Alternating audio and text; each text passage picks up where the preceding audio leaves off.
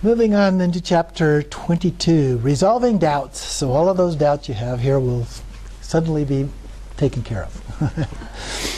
So resolving doubts concerning the process of generation. And this one is divided into 4 parts. The first part being the generation of the main deities.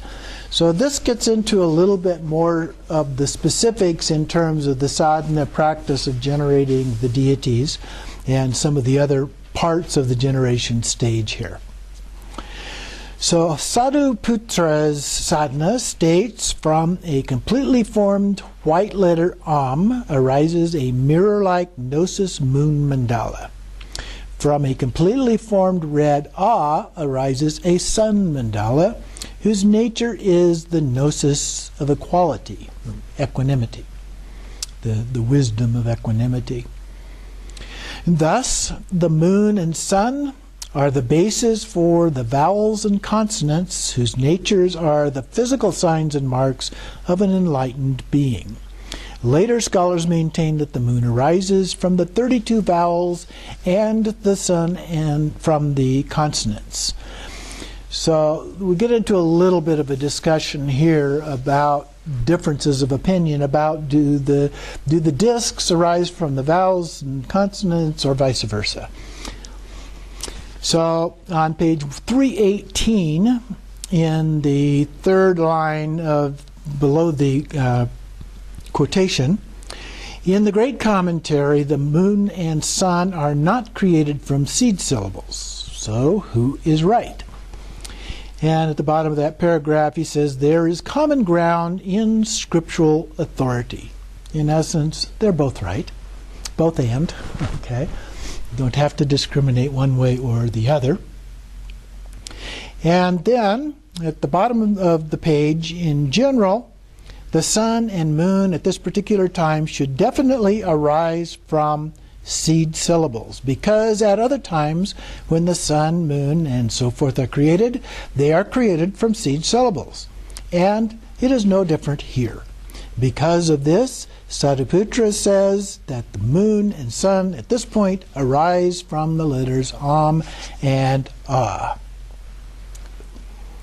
And then continuing down below the next large quotation there, just below that, we have the 5 enlightenments, which I presume to refer to the 5 wisdoms, are created by the moon and sun. And it says in embrace here, which usually you have the sun and the moon together in the visualization, marked by the vowels and consonants. And so usually when you have the discs, okay, around the outside edge, you would have the mantra. And so here it's the vowels and consonants in this particular instance. And so in the center of which a hand implement arises, in this case it's Vajra, that arises from the Hong seed syllable. So from the condensed Tantra there at the bottom of the page, it says, on moon and sun, the vowels Ah and so forth, the consonants Ka and so forth, together with the Vajra, and from the 5, which would be the wisdoms, such as the mirror-like, the 5 light rays spread, pure light radiates. Meditate upon Kalachakra. Okay, so we've gotten a visualization there that is helpful to us in terms of the 2 syllables that turn into the 2 discs, and then the syllables and consonants are around the outside edges of each of them respectively, and then we have a Vajra sitting in the center the way we normally would visualize a seed syllable. Okay?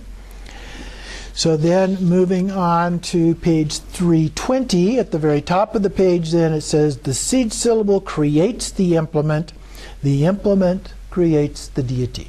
So this is like a normal visualization that we might do where you have a seed syllable that turns into a hand implement that turns into the deity. Okay?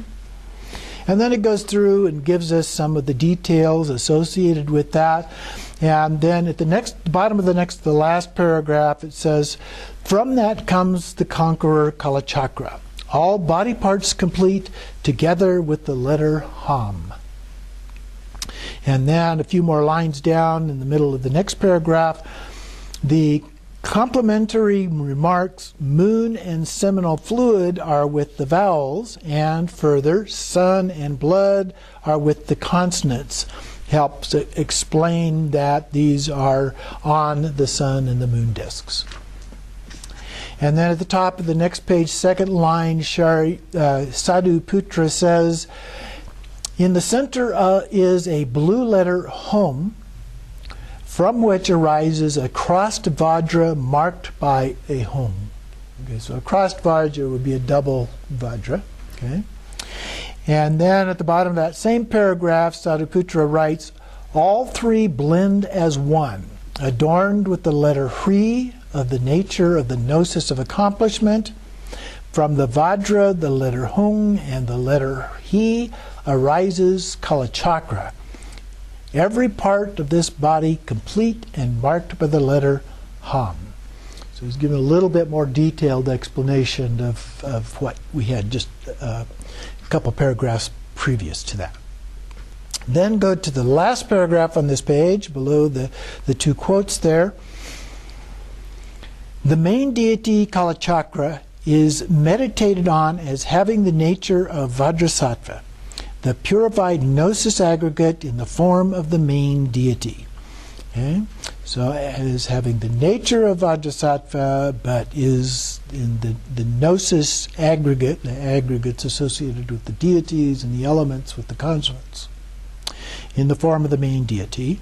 And then together with mudra, this also teaches that the 8 Shakti are consorts of the main deity. In the last chapter we saw there that on the lotus petals you would have the couple together, the father, mother, is the terms that they use here, yabyam together, and then on each of the petals, depending on where the petals were located, the number of petals varied a little bit, you would have then the other consorts surrounding them as a part of that. Then continuing on 322, we have the second part of the 4, the generation of the entourage deities. So now we've generated Kalachakra, the main figures, and those immediately surrounding them. And we go on to the entourage. Most Tibetan scholars say that Akshobhya and so forth, in the form of the mandala assembly, enter the body of the main deity and are melted by the fire of great desire into the form of bodhicitta, which then flows from the Vajra to fall into the lotus of the mother.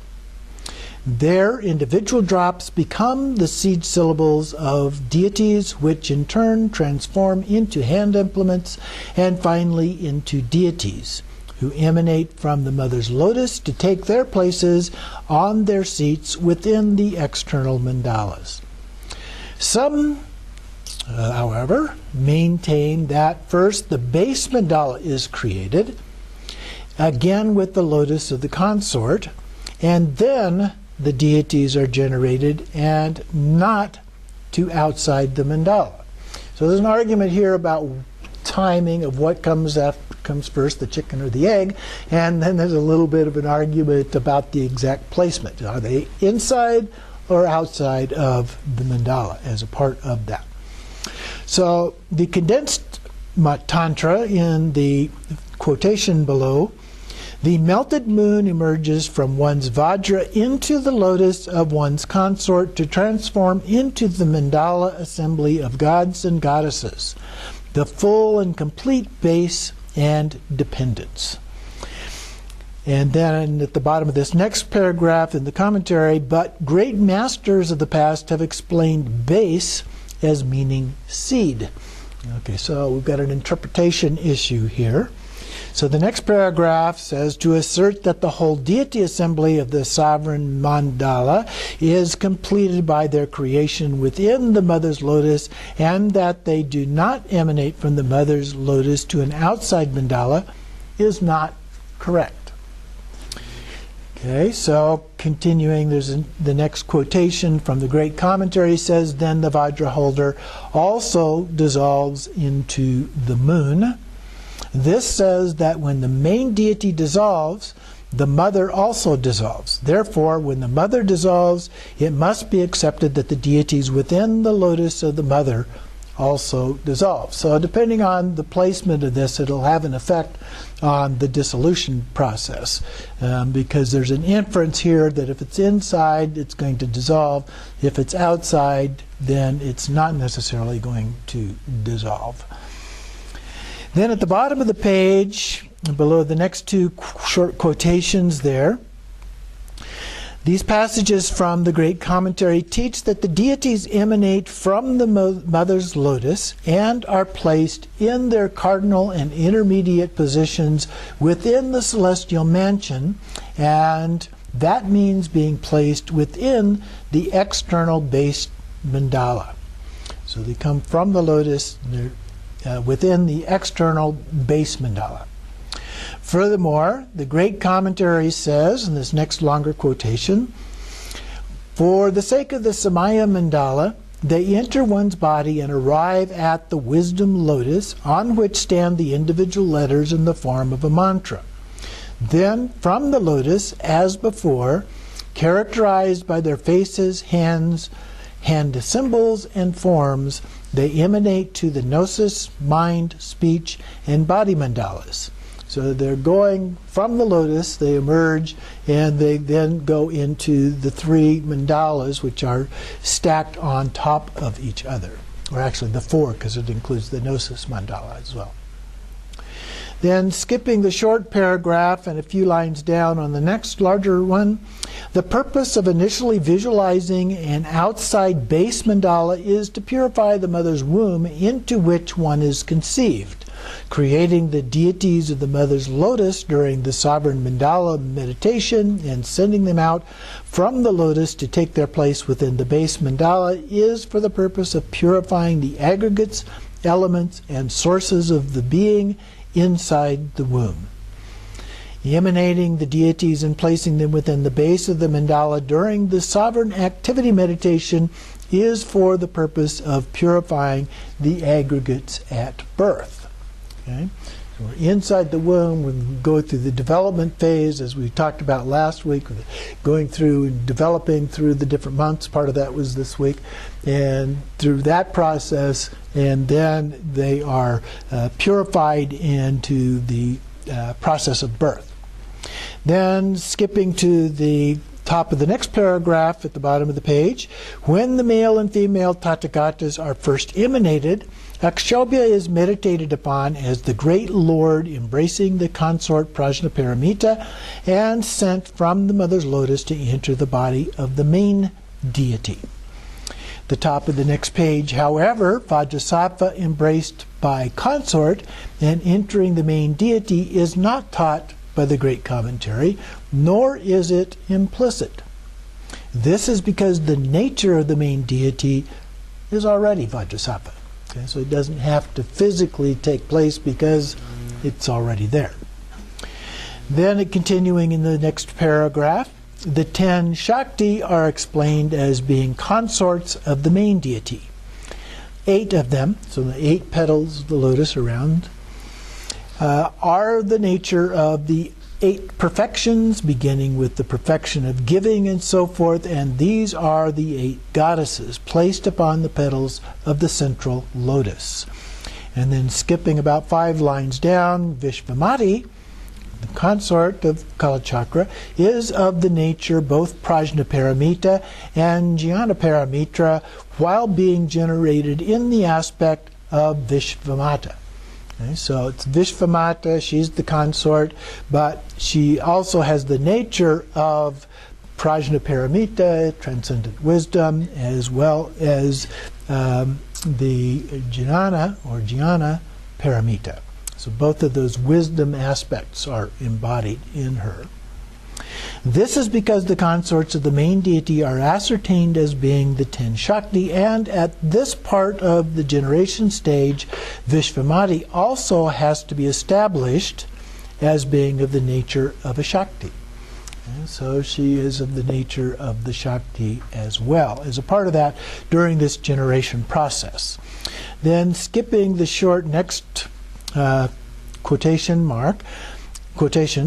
Similarly, after Akshobhya has been sent forth and has merged into one's body, Vajra.Vishvari, embraced by Vajrasattva, is sent forth from the mother's lotus and enters Vishvamata.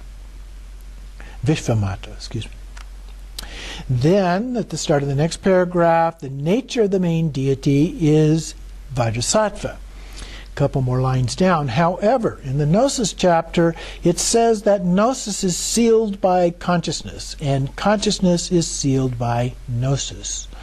The Great Commentary says, going on to page 326 at the top, second line, in the mandala of the Supreme Original Buddha, on the crown is a Vajra in the manner of two Vajras crossed. And so what he's taking here is that this is symbolically displayed in the crown with the crossed Vajra. Okay? Therefore, Gnosis Vajrasattva and consciousness Akshobhya sealed by each other, which is symbolically in the crossed Vajras. Therefore, Gnosis Vajrasattva and consciousness Akshobhya are sealed by each other. Well, and then he asks the question about, is this a contradiction? The main deity, who has the nature of Vajrasattva, is adorned with the crown of Vajrasattva. So they're all there one way or another, all there in the symbolism.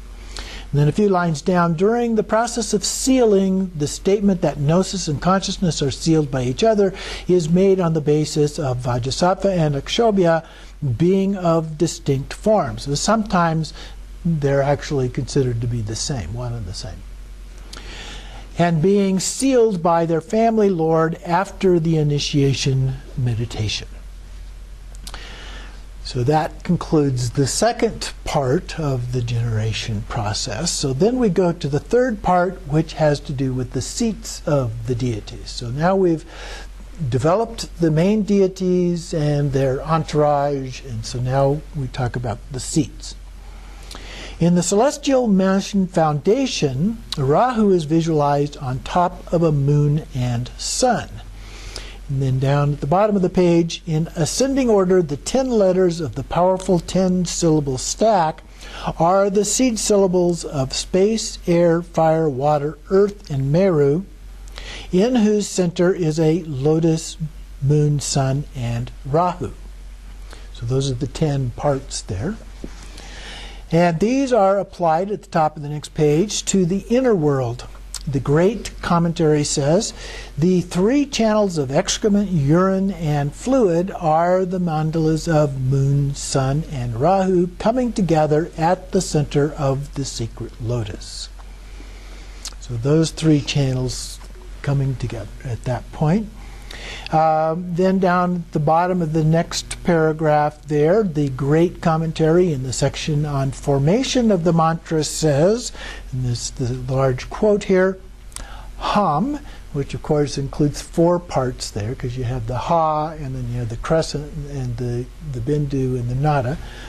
Ham, Cha, Ma, La, Wa, Ra, Ya is the assembly of the worlds of the Vajra body.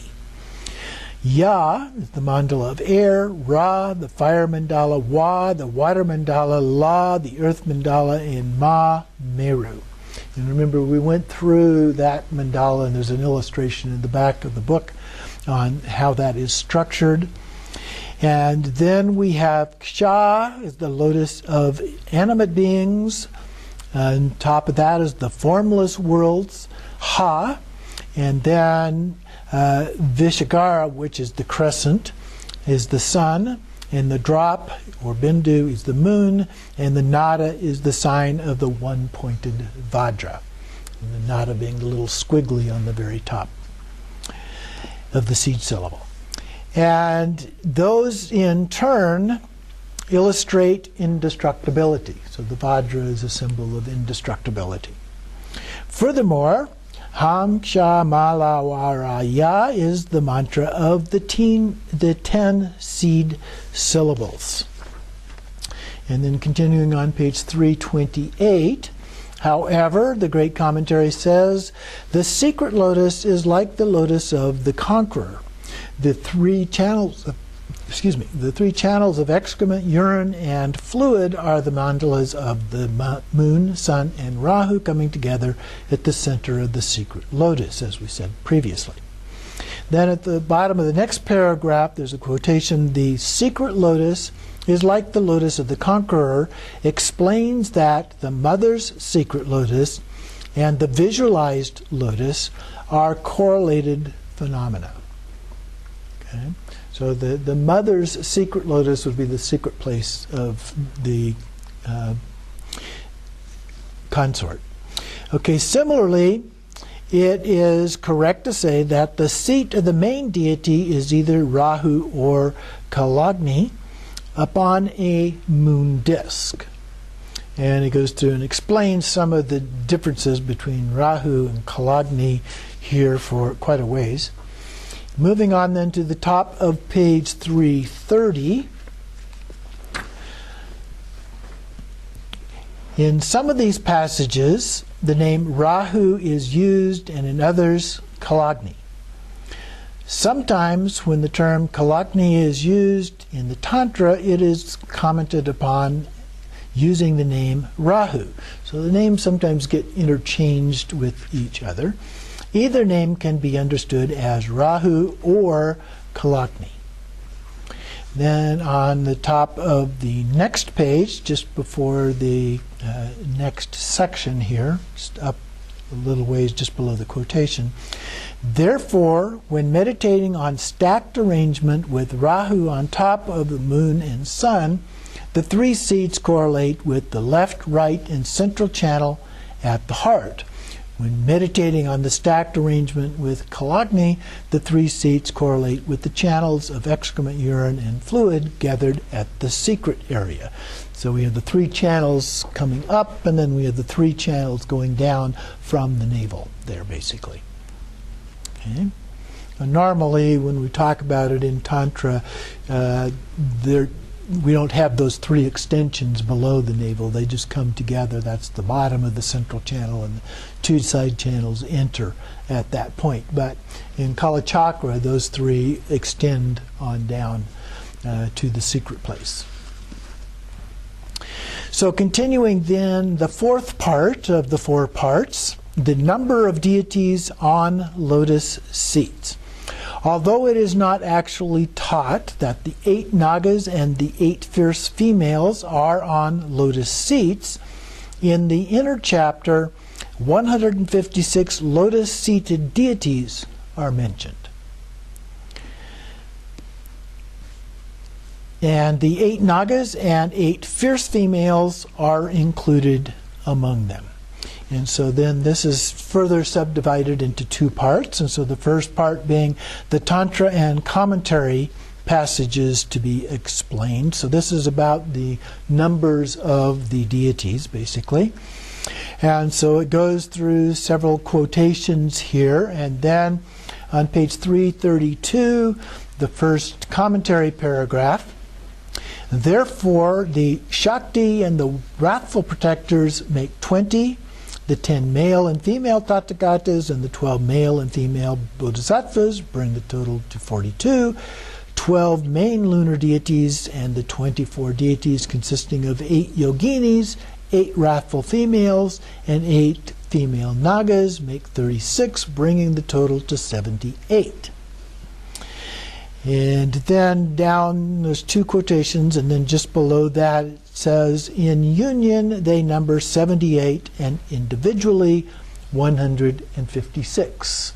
Okay, so if you're just counting the pairs, you get the first number of 78, but if you count them individually, 156. A couple more lines down, each of these deities is positioned within the center of a lotus.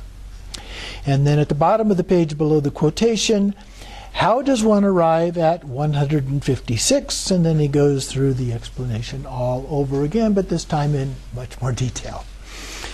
And so then, let's see.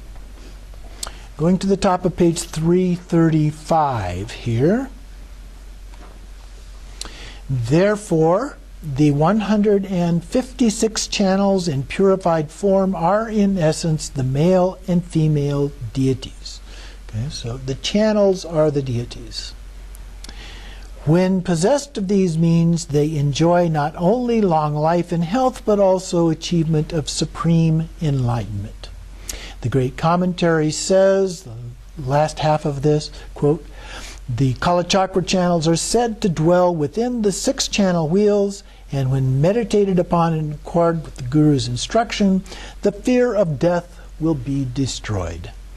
To the yogi, this is nothing special. We've already overcome that. Therefore, the 156 channels as Kalachakra lotus-seated deities are to be perceived as channels for purification. If they are meditated upon as the 156 lotus-seated deities, long life and health will follow. And then down the third line of the next paragraph, generation stage meditations ripen the mind for the creation of the completion stage. And then with instructions of the Guru, if one meditates upon the 6-branched yoga, the completion stage, the temporary achievements of long life and good health, as well as permanent attainment of supreme siddhi, which is enlightenment, will come about. So we just have to follow those instructions and we will be certain of enlightenment. Continuing on then over to page 337, so below the next, there's two long quotations there before we get to that. And then down about the third line, the winds of karma enter the 6 channels, the 3 upper, left, right, and central channels, and the 3 lower channels of excrement, urine, and fluid. As long as their flow is not halted and the winds do not flow solely in the central avaduti, central channel, then for so long will death continue to destroy. The life-sustaining, skipping a line, the life-sustaining wind and downwardly expelling wind, which flow and dwell in the 3 upper and 3 lower channels, are halted and brought to the central channel. The yogi will accomplish temporary fruits of protection from the physical death and illness, as well as the permanent attainment of the supreme siddhi, or enlightenment. How is this accomplished? The 156 lotus-seated deities, together with the 6 sealing deities, are focused on as being the purifiers of the 162 channels, comprising the 156 channel petals of the 6 main chakras, together with the right, left, and central channel, and the 3 channels of excrement, urine, and fluid, known collectively as the channels of the 6 families.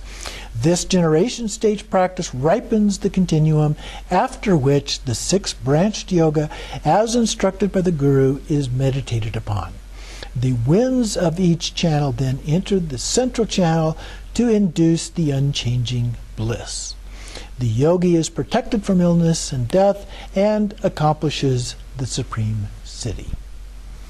So a little bit more detailed explanation there of what is actually going on when we're doing the meditation. So now we'll skip the next 2 quotations. We're on page 338, a couple lines down. The winds being held in the central channel occurs during the 6-branched yoga of the completion stage. However, to create such a completion stage, the mind must definitely be ripened by the generation stage. So this is very common. We do this in all of the other tantras too. We focus on the generation stage until we have mastered that, and then once we have mastered that, then we go on and do the completion stage practices. Therefore, the main purpose of the generation stage is to ripen the mind, which then becomes the main cause of the creation of the special completion stage, in which the winds are withheld within the central channel. So by holding those within the central channel, we've stabilized them then enough that then we can go through the completion stage and attain the supreme siddhi. Then going down to the next paragraph on the fourth line, talking a little bit about the wisdoms. From the heart of oneself as the conqueror, Kalachakra, who has the nature of the 5 kinds of gnosis, or wisdoms, light rays emanate to bring into the mandala every sentient being of the 6 types. Light rays again emanate from one's heart to summon Virachana and the other mother and father Tathagatas and to place them in one's heart. There, the fire of desire arising from oneself in mother and father embrace melts the mother and father Tathagatas into bodhicitta, which then flows into the secret area from one's vajra to initiate the sentient beings. Every sentient being touched by these bodhicitta light rays is transformed into the deity having 3 or a varying number of faces. And so this is a symbolic visualization of what happens during the actual initiation process as described previously. Their essence is method and wisdom, and they are filled with the happiness of supreme joy. These sentient beings become the nature of the body mandala assembly. Then they are focused upon in sequence. To their seed syllable ksha is the added vowels a, e, r, I don't know how you pronounce this as a vowel, r, u, and l. So there's the L, R and the L. I'm not sufficiently familiar with Sanskrit to be able to tell you what the vowel sounds are. Retroflex is you use the tongue in the back of the palate as opposed to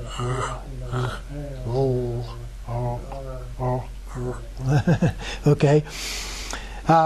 In both the long and short form, the 5 guna letters plus and the 5 verdi letters plus and the 5 semivowels in short and long form.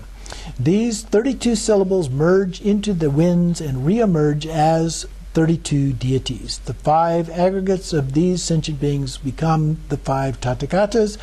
Their 5 elements become the 5 mothers. The 12 inner and outer sources become the 12 male and female bodhisattvas. Their 5 action faculties become the 5 wrathful guardians, and the activities of the 5 action faculties become the fierce females. These deities then travel to their respective Buddha realms. This meditation is a compassion initiation and correlates with one's deeds as a Buddha and not to normal existence. Okay, so this is a symbolic thing of us as a Buddha in these various manifest forms, really as a mandala, being able to do these things. Then skipping the quotation down about 3 more lines, when all sentient beings are visualized and initiated as one, ksha becomes the seed syllable, and the first consonant to the name of the deities also becomes a seed syllable. When the individual beings are being initiated, the first consonant of that individual's name becomes the seed syllable. So it's kind of explaining a connection between the seed syllables and the names. Then skipping a paragraph where that's explained a little more. If this meditation is to be performed more extensively, every sentient being enters one's heart, where they are melted into bodhicitta. They are brought into the mother's womb, where the first consonant of every sentient being's name becomes a seed syllable to be transformed into the deity. This has been explained of the branch Body Vajra, or his approach here, Body Vajra approach, but elsewhere they use the word approximation. A meditation on the sovereign mandala correlating with the formation of the body inside of the womb. So that is the generation process there and how that is all put together up to the birth state.